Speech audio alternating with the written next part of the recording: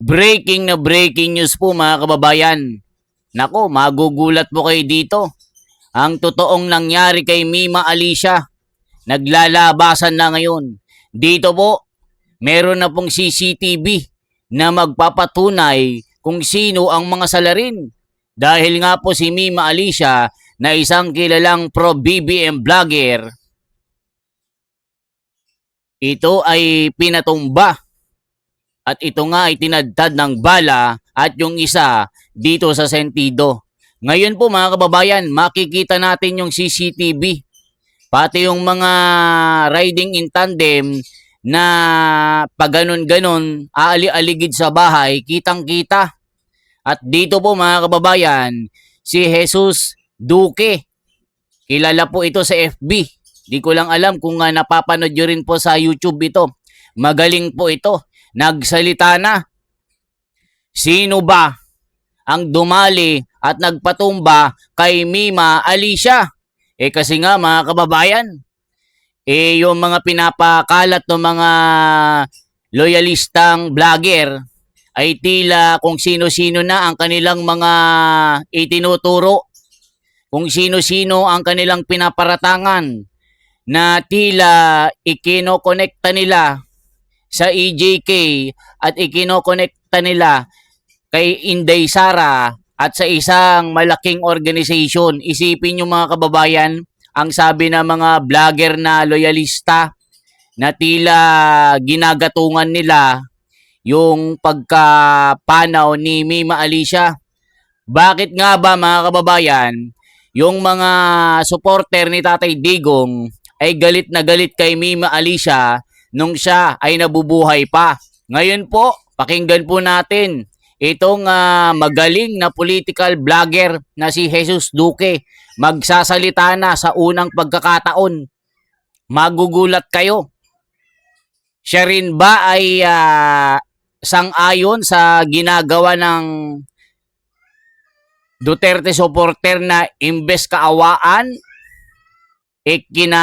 kinakamuhian pa, kinaiinisan pa, imbes na ipanalangin, kanilang kinukutya? Bakit kaya mga kababayan? Saan nang gagaling yung damdamin ng mga sumusuporta kay Tatay Digong? Ito po mga kababayan, panoorin nyo po. Magugulat po kayo sa kanyang revelation. Mamaya ipapakita rin natin yung CCTV. Nako, magugulat po kayo kung sino. Kitang-kita yung dalawa na riding in tandem mga kababayan.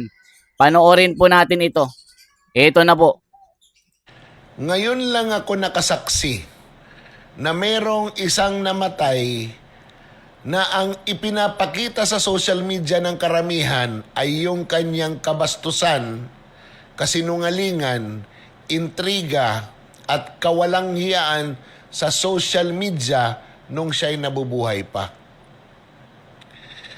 Alam nyo, masakit yan sa mga malalapit doon sa namatay. Pero kailangan nilang tanggapin dahil yan ang katotohanan ng kanyang mga ginawa nung siya pa ay nabubuhay. Hindi naman natin maitatatwa yan dahil nakatatak na yan dito sa social media. Andyan na yan. Mahirap nang burahin yan. Yung kanyang pagmumura, pagbabalahura, pambabastos, at pangwawalang hiya sa mga taong iniisip niyang kalaban ng amo niya. Yun ang masakit na katotohanan para sa mga pamilya ng namatay na si Alicia Lipata. Ako, hindi naman ako pwedeng maging hipokrito. Di ba? Talagang hindi ko gusto yung kanyang style ng vlogging. It was never informative. It was never helpful to shape the opinion of the public. It was meant to ridicule and insult people. So bakit ako magpapaka-plastic na magsabing, di ba? nalulungkot ako. I am not. Hindi rin ako natutuwa. Huwag tayong magpaka-plastic na magsabing mabuti siyang tao. She was not. Di ba? My emotions are clear. May namatay. But the way she lived her life, parang mas maganda siguro na nandun na siya. Ayan, mga kababayan ko. Ang sabi ni Jesus Buse Duque, kilala po ito sa FB, sa social media, na ang iniwan po kasi ni Mima Alicia, tila mga pagmumura at paninira. Si Mima Alicia kasi, mga kababayan, kilala po na pro-BBM vlogger. Kung ano-ano yung mga sinasabi sa kanyang content. Na kayo si Sara Duterte, nagpunta ng abroad, nagpalaglag, may kabit, may tomboy pa na jowa. Yan po yung mga sinasabi po, mga kababayan. At pati kay Tatay Digong, inaglahi din niya at talagang kinukutya na yung bring him home, bring him bones daw. Na ibig sabihin, si Tatay Digong ay uuwi, napatay na. At sinasabi rin niya, mga kababayan, uuwing karton, uuwing garapon. Pwede ba yun, mga kababayan? Kaya dito, lumalim ng lumalim yung galit ng mga nagmamahal kay Tatay Digong. Ang dami pong binanatan ni Mima Alicia. Ang daming mga personalidad. Kung ano-ano rin ang ang paninirang puri sa isang malaking reliyon. Na kung makabanat, talagang kung ano-anong paninira. Maski po kay Senador Marcoleta, grabe din ang kanyang paninira dito. Kaya, mga kababayan, yung mga sinasabi ng mga pro-BBM vloggers, kung ano-ano na ang kanilang mga speculation, kung sino-sino na ang kanilang pinagbibintangan, lalong-lalo na po yung si Talakera, mga kababayan, kung sino-sino na ang pinagbibintangan na personalidad, kaya si Sara Duterte daw ay nakipagsanib puwersa daw sa isang malaking respetadong organization o reliyon para lang daw mategi itong si Mima.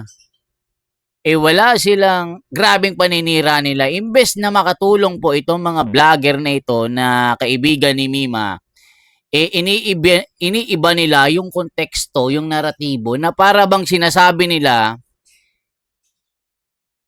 magsasanib pwersa pa ang grupo ni Sara at iba't ibang mga grupo para lang anuin itong si Mima. Parang mali yun. Ba't kayo magbibigay ng ganyang mga konklusyon? Inuunahan nyo agad yung mga kapulisan. Wala pa nga pinapakitang resulta ng investigation kung sino-sino na yung mga, dito meron tayong nakikita. Di umano, gumaganon pa sila, mga kababayan. Di umano. Kesyo daw itong ex-boyfriend niya, yung ex-live-in partner niya, ay kasama daw sa reliyon na ito. Tila ba, sabihin na natin, sabihin na natin, miyembro ito. So, ibig sabihin, itong miyembro na ito, pag nagkasala ito, kasalanan na ng buong samahan na ito. O halimbawa, Katoliko, nakabiktima ng rape. Sabihin natin, ibig sabihin, buong Katoliko, kasalanan na ng Papa. O sabihin natin, born again. Nang bugbog siya, ibig sabihin, buong born again, kasalanan na nila. Ganyan po sila, mga kababayan ko. Ganyan po sila magmanipula ng taong bayan. Pero hindi nila kaya, hindi plastic ang taong bayan at nag-iisip ang taong bayan. Tignan nyo mga kababayan, ang ginagawa nila. Imbes makatulong kay Mima, dito mga kababayan,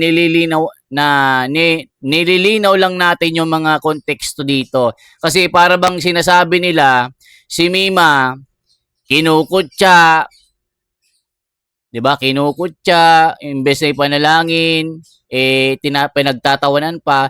Kasi ngayong iniwan ni Mima, hindi maganda. Puro pagmumura, kung sino-sino yung mga binabanatan niya. Sinasabi pa niya na bakit magdadala ng sariling catering si Sara sa Senado. Bakit lalasunin niya ba yung mga tao doon? Ganon siya. Tapos puro mura mga kababayan.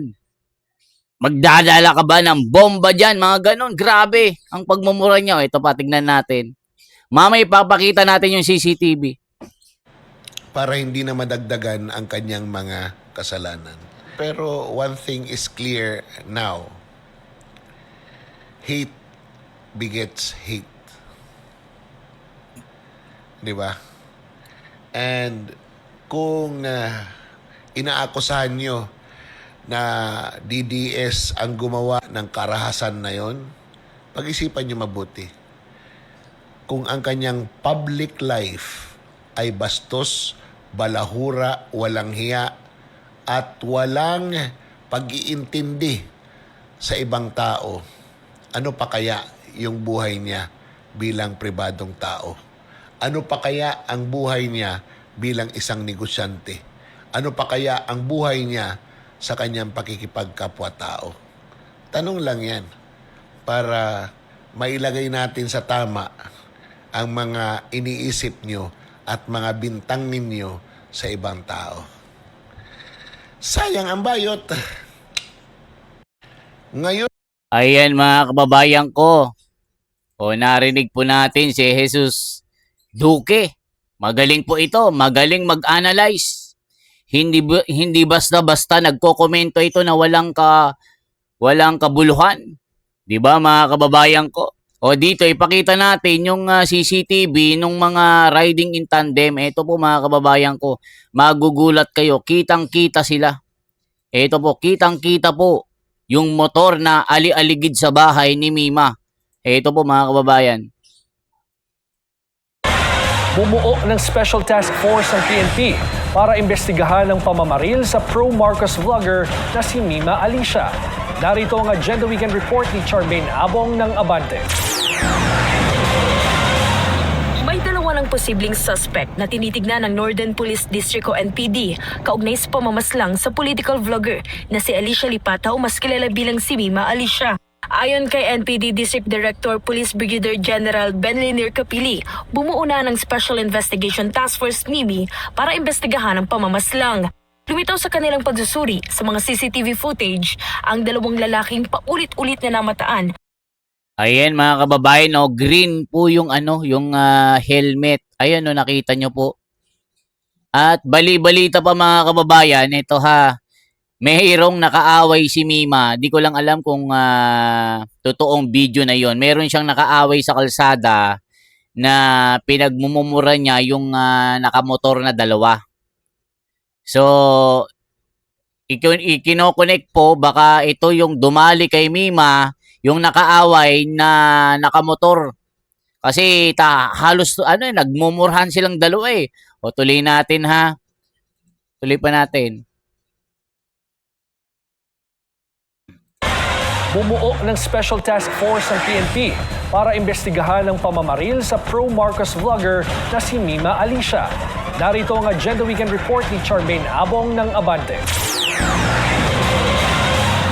May dalawa ng posibleng suspect na tinitignan ng Northern Police District o NPD kaugnay sa pamamaslang sa political vlogger na si Alicia Lipata o mas kilala bilang si Mima Alicia. Ayon kay NPD District Director Police Brigadier General Benliner Capili, bumuo na ng Special Investigation Task Force NIMI para imbestigahan ang pamamaslang.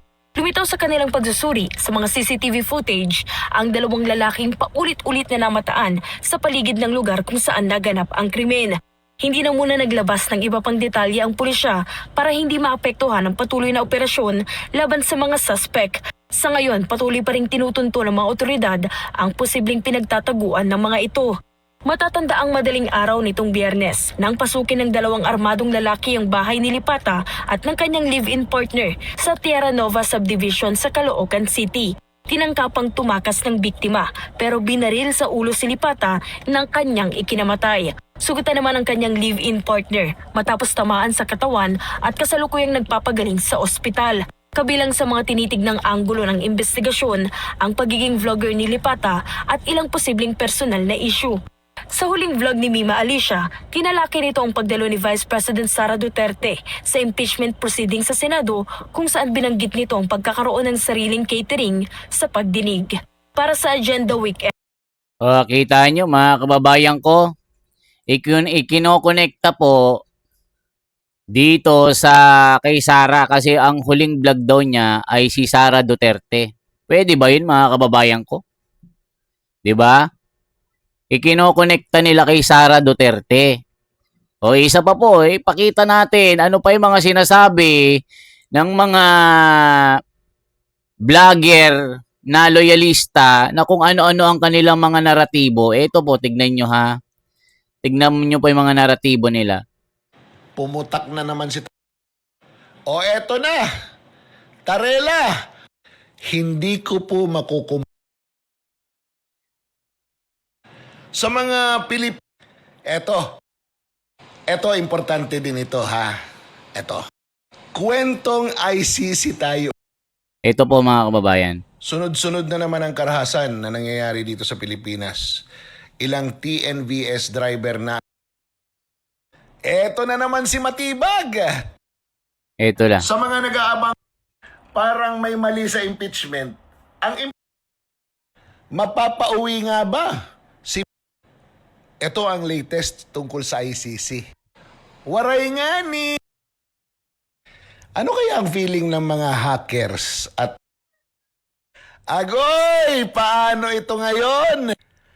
Trump, Nasaan na yun? bawat O wait lang, hanapin lang natin mga kababayan ha. PRRD. Ang sa management dapat ang pinag-uulitang tag-team ito sigurado ni Ombudsman, ha? Ito po ito. I-check po natin. Meron po dito yung bago eh. Ito. Natawa ako sa mga nakita kong content ng mga kalaban ng mga Duterte. Dahil ang kanilang pinatutukuyan na gumawa ng karahasan sa vlogger na si Alicia Lipata, aka Mem Alicia, ay miyembro di umano ng isang relihiyon na di umano'y inutusan ng relihiyon na yon na gumawa ng karahasan doon kay Mem Alicia. O nakita nyo mga kababayan, sino ang pinapatukuyan nila? Yung isang reliyon daw. Isipin nyo mga kababayan. Ayon sa investigation, yung kanyang ex ay before na mangyari ito kay Mima, meron silang awayan. At meron ding video na nabugbog itong si Mima. Mga ilang buwan ang nakakalipas. Kasi nga nagkaroon po sila ng confrontation, pati daw yung mga cellphone na iPhone, isipin mo iPhone 13, iPhone 17, kinuha daw ng kanyang ex-live-in partner. So dito kinokonekta na personal na grudge yung nangyari kay Mima. Pero yung mga vlogger po na loyalista, ang iniiba nila yung naratibo, kinokonekta nila kay Sara at dito nga sa sinasabi ni Jesus Duque na isang entity or isang samahan daw, ipinag-utos daw. Isipin nyo, pwede ba yun? Parang si si Talakera na kung sino-sino ang kanyang pinagbibintangan, pwede ba yun mga kababayan ko? Pwede bang basta magbintang ka na lang ng kahit sino? Ni wala ka pa ngang naririnig na investigation ng mga pulis. Sila agad yung nagsasabi na sila na. Imbestigahan nyo na. Tignan nyo po mga kababayan, ganyan po sila. Dinederive po nila, dinadivert nila ito sa kung sino-sino ang mga pinagbibintangan. O, tuloy pa natin.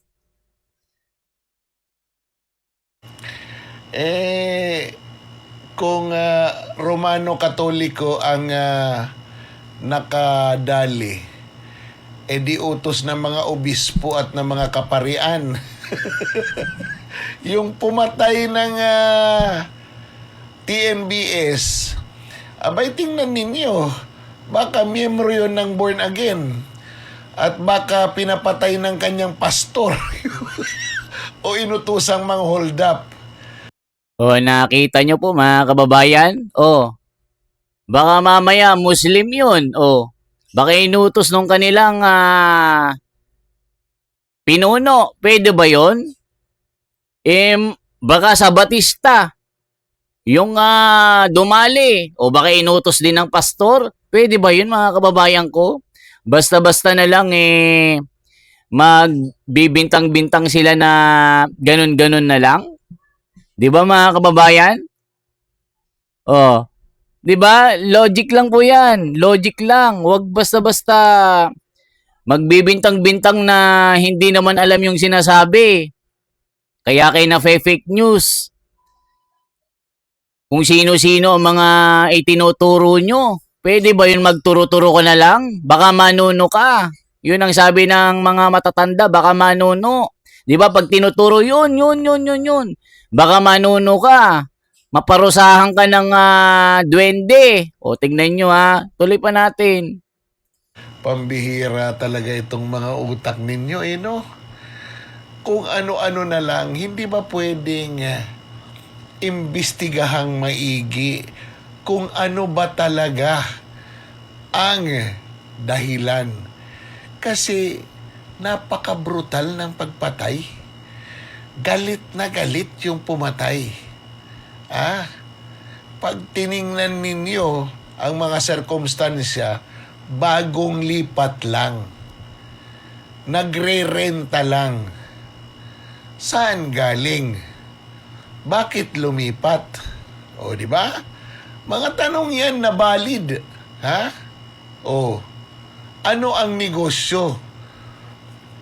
Sino ang mga katransaksyon niya sa negosyo? Bakit gustong pasukin yung bahay? Ano ang meron sa bahay? Yun yung mga bagay na dapat sinasagot. O, kita nyo mga kababayan? Dapat tignan po yung mga ganun na mga koneksyon, hindi turo ng turo.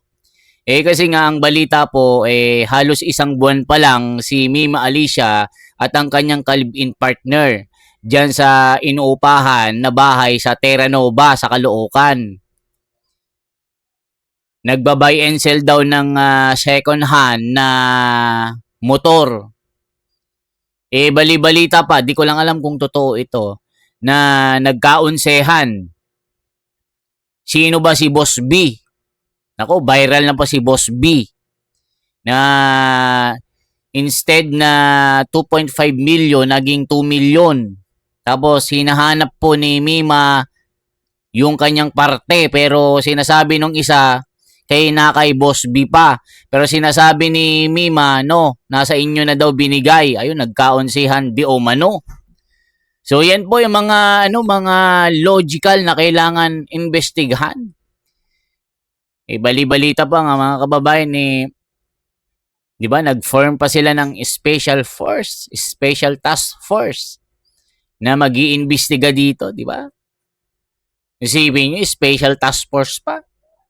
Para lang imbestigahan kung sino yung may utak at salarin, kung sino ang nagpatumba, ano yung mga dahilan, ano yung mga classified na bakit galit na galit yung isipin nyo, tinadtad ng bala, tapos inano sa sentido, isipin nyo mga kababayan ko. O ito pa.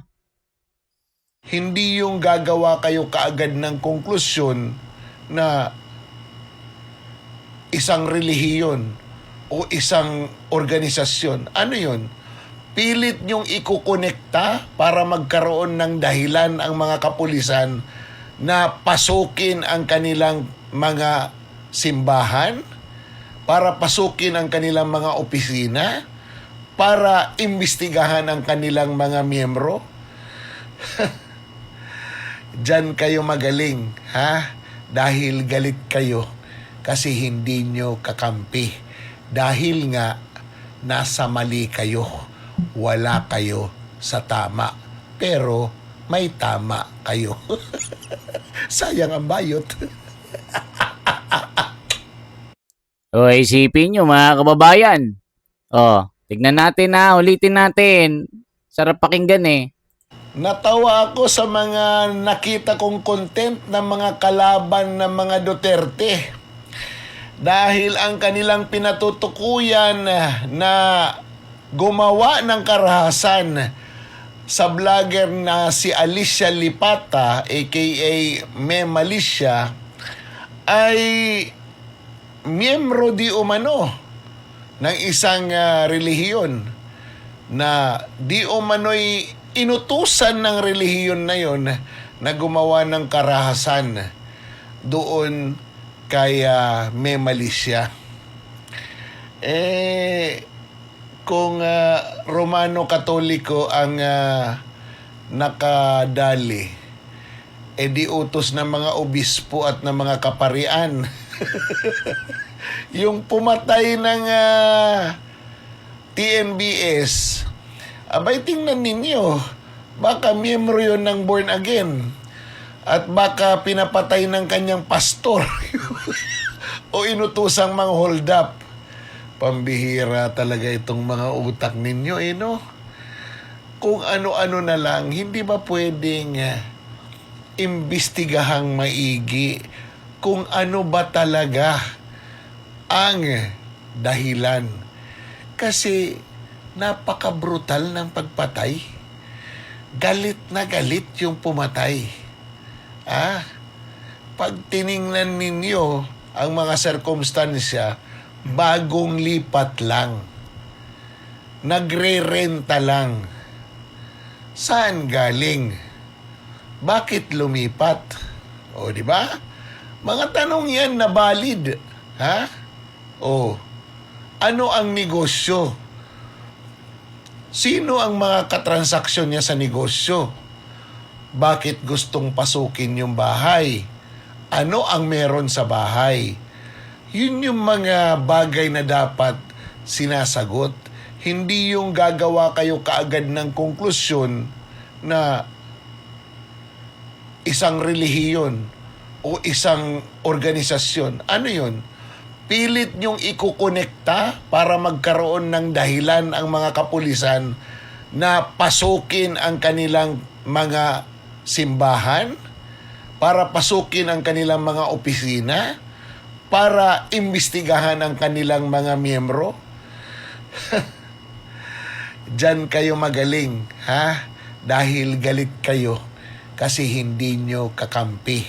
Dahil nga nasa mali kayo. Wala kayo sa tama. Pero may tama kayo. Sayang ang bayot. O, ayan mga kababayan ko. O, ito pa isa para makita nyo po mga kababayan. Ito pa. Check natin. Miko. Tingnan natin. Miko Pugay. Ito, si Miko Pugay. Tingnan natin ha. May ano pa ito. Tingnan po natin ano yung mga tungkol kay... tignan nyo si Lovely Granada ha. Ito po, sabi niya, si Mima na mahinga na, malaya na sa magulong mundo, si Tatay Kulkog nyo, buhay na buhay, ramdam ang kahihiyan, worldwide, from Yabang Tukulungan. O, kita nyo mga kababayan, si Granada bumabanat. Ayan o, Lovely Granada, wag mong gamiting panangga si Mima kung ikaw mismo ang gagamit sa kanya bilang bala. Naku po. Ang lakas mong magsalita kung tungkol sa kahihiyan habang ginagamit mo ang pagkamatay ng isang tao para lang iinsulto kay Tatay Digong. Grabe ito. Hindi ba't kayo rin itong galit na galit kapag may naglalabas sa mga lumang video at sariling salita ni Mima Alicia? Patay na yung tao, tama na, respeto naman, wag nang ipakalat ang mga video, pero ngayon ikaw mismo ang humihila sa pangalan ng namatay para gawing bala laban kay Rodrigo Duterte, isipin nyo. So, kailan ba dapat igalang ang patay kapag kakamping ninyo lang? Nako po. At kailangan pwedeng gamitin ang patay sa political bardagulan kapag si Tatay Digong ang target nyo? Nako po mga kababayan. Lovely, bakit galit na galit kayo kapag inilalabas ng mga tao ang mga video ni Mima? May mga pineke ba? May inimbento ba? May AI bang ginawa ng kanyang mukha at boses? Kung tunay at buong kontekstong video ng sariling bunganga, tingnan nyo mga kababayan ha, matindi itong mga banat ni Mika Pugay. Hindi rin ninyo maaring diktahan kung ano ang nararamdaman ng mga taong minsang nasaktan, nilait o nainsulto sa kanyang content. Linawin natin, hindi na tama ang pagpatay at hindi tama ang magdiwang sa pagkamatay ng kahit sino. Buhay ng tao at nararapat ring magkaroon ng hustisya. Pero magkaiba ang pagnanais ng hustisya at ang pagtalakay sa mga tunay na salitang iniwan ng isang public personality. Ang respeto sa namatay ay hindi nangangahulugang buburahin na natin ang kasaysayan. Itatago ang mga video at magkukunwaring hindi nangyari ang lahat ng ginawa at sinabi niya. Kung may sariling videos na muling lumitaw, hindi iyon otomatikong pambababoy. Maaaring iyon ay pagbabalik sa public record at pagpapaliwanag kung bakit ganun katindi ang reaksyon ng publiko. Hindi ninyo mapipigilan ng mga tao na magkakaroon ng emosyon. Hindi ninyo mapipilit ang mga taong nasaktan na biglang makalimot. At lalong hindi ninyo mababago ang sariling mga salita ni Mima dahil lamang hindi ninyo gusto ang reaksyon ng ibinunga ng mga iyon. Ngayon punta tayo kay Tatay Digong. Ang bilis mong sabihin from yabang to kulungan na para bang may final verdict na at napatunayang guilty na siya beyond reasonable doubt. Hello lovely, wala pang final verdict. Oo, nakadetine si Tatay Digong sa The Hague. Oo, kinumpirma ng ICC pre-trial chamber ang charge at itinuloy ang kaso sa trial. Pero ang confirmation of charges ay hindi pa conviction. Hindi pa iyon final judgment of guilt. May trial pang kailangang pagdaanan. May ebidensyang kailangang siyasatin. May depensang kailangang marinig. Basic due process yan. Accused is not the same as convicted. Detained is not the same as final proven guilty. At para sa amin, ang paraan ng pagdakip at mabilis na pagdadala kay Tatay Digong sa Netherlands ay isang illegal at questionableng pagsuko. Isang prosesong patuloy na hinahamon sa Korte Suprema. Hindi binigyan ng makabuluhang pagkakataong dumulog mula sa korte ng sarili niyang bansa bago siya ilabas sa Pilipinas. Iyan mismo ang dahilan kung bakit may mga petisyon laban sa legalidad ng kanyang arrest at surrender. Kaya huwag kang umasta na para bang ang pagkadetine niya ay final certificate na ng pagkakasala. Ang pagkakakulong habang nililitis ang kaso ay hindi kapalit ng hatol. Kung tunay tayong naniniwala sa hustisya, dapat alam ninyo ang presumption of innocence at due process. Hindi pwedeng gusto ninyo ng due process para sa inyong kakampi, pero instant conviction sa social media kapag Duterte ang apelyido. At bakit hindi muna siya niliti sa Pilipinas? Bakit kailangang madaliin ang paglabas sa kanya ng bansa? O, kita nyo mga kababayan ko. Ayan po, kita nyo. Nabanatan si Mima dito. Ano po sa tingin nyo? For transparency, for a better democracy, mga kababayan, nililiwanag lang po natin ang mga konteksto dito. Dito, nakikiramay po ako sa pamilya ni Mima Alicia Lipata at sa kanyang mga naiwan. Malungkot pero ayan po yung realidad eh. Yung iniwan ni Mima hindi maganda. Nag-iwan ng peklat sa sambay ng Pilipino dahil sa kanyang mga binibitiwang salita sa kanyang mga content. Mga kababayan, Ano bang reaction nyo? Anong mga komento? I-comment lamang sa baba. Libre ang comment, libre mag-share para malaman ang katotohanan. Bakit ikinokonekta si Sara sa kanyang pagpanaw at sa isang malaking organisasyon na respetado? Bakit ikonekta at kung sino-sino ang itinuturo pero wala pa namang final na investigation ng mga otoridad? Okay po? Yan lamang po at salamat. I-share nyo na po ito. Ako si The Wonders Philippines. Paki-like ang video para po maikalat po ito. Salamat.